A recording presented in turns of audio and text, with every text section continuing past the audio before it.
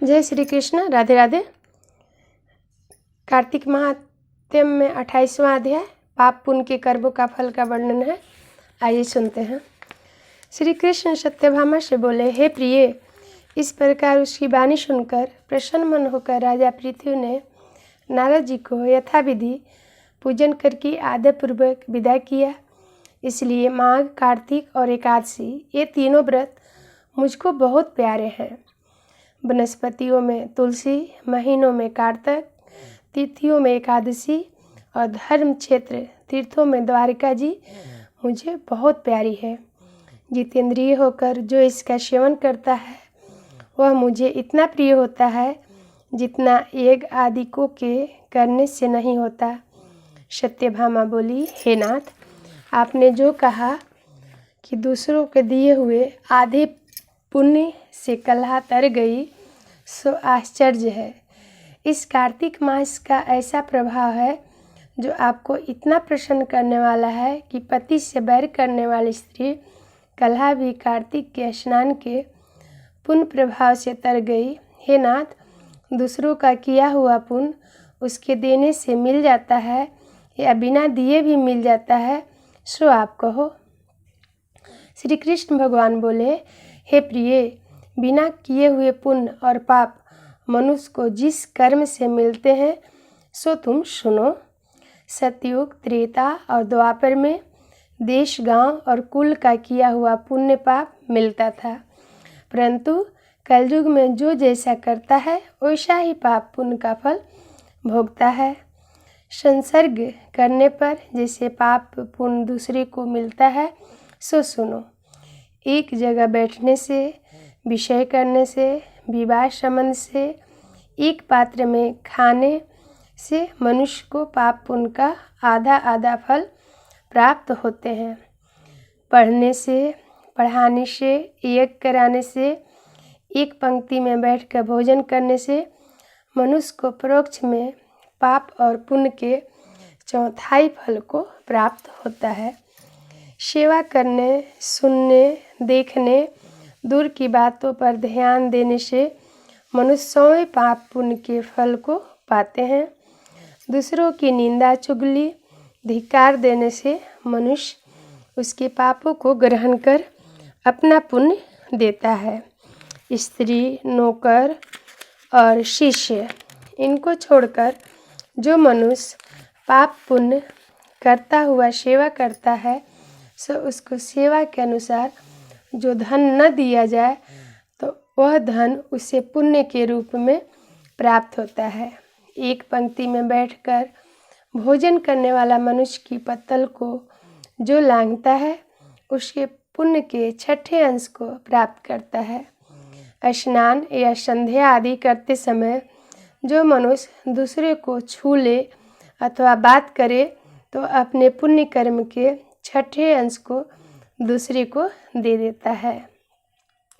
धर्मार्थ जो पुरुष दूसरों से धन लेता है तो उसका कर्म फल धन देने वाले को ही मिलता है। पराये द्रव्य लेकर पुण्य करने वाला पापी है। जो धनी है उसी को पुण्य का फल मिलता है। जो मनुष्य दूसरे के ऋण को चुकाए बिना मर जाता है तब वह उस धनी अपने धन के अनुसार उसके पुण्य फल को ले लेता है। जो आदमी शिक्षा देता है, सलाह देता है तथा कार्य करने को सामग्री देता है और प्रेरणा करता है वह भी उसके 6ठे अंश को प्राप्त करता है। जैसे राजा के पुण्य पाप के 6ठे अंश को राजा हरता है, उसी तरह शिष्य का गुरु, स्त्री का पति, पुत्र का पिता हरता है। पति के अनुकूल रहने और उसके मन को प्रसन्न करने वाली स्त्री पति के पुण्य का आधा भाग ले लेती हैं। जो पुण्य आत्मा पुरुष दूसरे के हाथ से दान करता है तो करने वाला भी नौकर और पुत्र को छोड़कर 6ठे अंश को प्राप्त होता है। जीविका देने वाला भी खाने वाले के पुण्य के 6ठे अंश को पाता है। यदि बदले में वह उससे सेवा ले लेता है तो कुछ नहीं पाता और सेवा न करावे तो ऐसे बिना किए इकट्ठे पुण्य भी मनुष्य को मिलता है। इसी प्रकार कलयुग में भी मनुष्य को दूसरे अपने किए पाप पुण्य का फल भोगना पड़ता है, परंतु कलयुग में ये नियम नहीं है। पुण्य और पाप को भोगने वाला स्वयं करता ही होता है। इस विषय में एक प्राचीन इतिहास बड़ा पवित्र बुद्धि को देने वाला है, उसे भी सुनो। 29वां अध्याय में धनेश्वर ब्राह्मण के उद्धार की कथा है। कथा सुंदर है, बहुत ही अच्छा, सुनिएगा। आइए कार्तिक माह की छोटी सी कथा सुनते हैं। एक सुन थी, एक घुन थी। सुरेरी तो कार्तिक वाली की धोती में लिपट कर कार्तिक नहाती, कहानी सुनती। अगु घुन घुना ही करता था। सुरेरी बहुत कुछ कहती, कुछ सुनाकर कुछ घुनाकर, वह किसी की नहीं मानता। जब दोनों की मृत्यु हुई तब दोनों ने राजा के यहाँ जन्म लिए। सुरेरी तो लड़की बनी और घुन हाथी बना। जब लड़की बड़ी हो गई तो राजा ने उसकी शादी कर दी। शादी में वह हाथी दहेज में दे दिए। अब हाथी सोचने लगा, वहाँ तो मैं इसका पति था, कहाँ अब ये मेरे ऊपर बैठ कर जा रही है। वह रास्ते में अटक गया, चला ही नहीं। जब लड़की ने कहा, अपने पति से कही, तुम कहो तो मैं चली जाऊं। लड़का बोला, चली जाओ।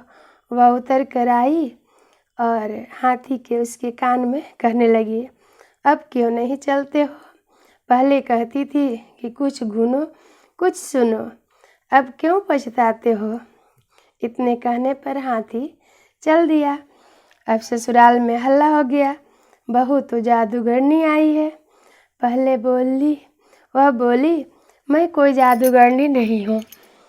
मैं तो इनके पिछले जन्म की याद दिलाई कि अब क्यों पछताते हो। जैसे जाकी करनी वैसी भरनी। समय रहते कथा सुन लेना चाहिए, पूजा पाठ करना चाहिए, नहीं तो बाद में पछताने से क्या होगा। इसीलिए कार्तिक माह में नहाने के बाद कथा ज़रूर सुने। जो लोग भोर में नहीं नहा पाते, कोई बात नहीं, जब भी नहाए उसी समय कथा सुन लेना चाहिए। भगवान की छोटी सी आरती करते हैं।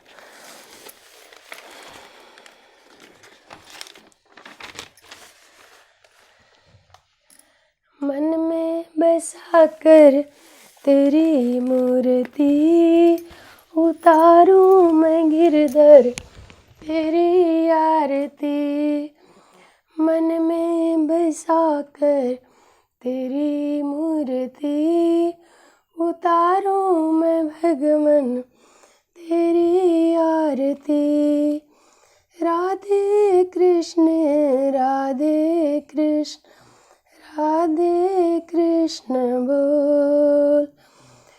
करुणा करो कष्ट हरो ज्ञान दो भगवन।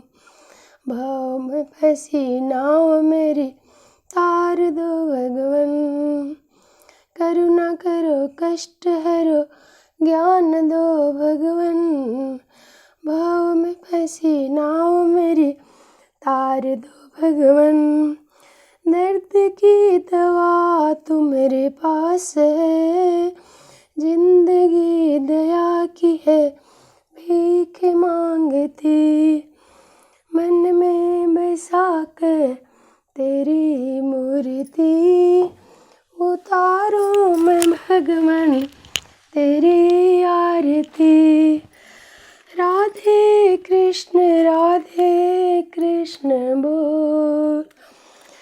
मांगू तुझसे क्या मैं, यही मैं सोचूं भगवन। जिंदगी जब तेरे नाम कर दी अर्पण। मांगू तुझसे क्या मैं, यही मैं सोचूं भगवन। जिंदगी जब तेरे नाम कर दी अर्पण।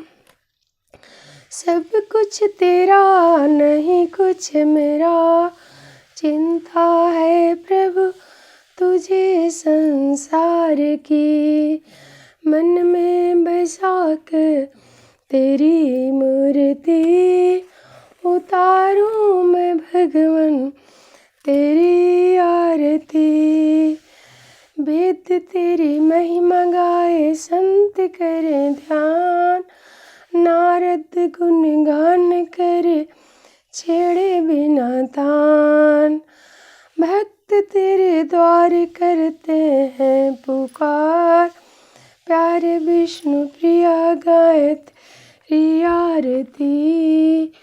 मन में बसा कर तेरी मूर्ति, उतारूं मैं भगवन तेरी आरती। मन में बसा कर तेरी मूर्ति, उतारूं मैं भगवन तेरी आरती। जय श्री कृष्ण। राधे राधे।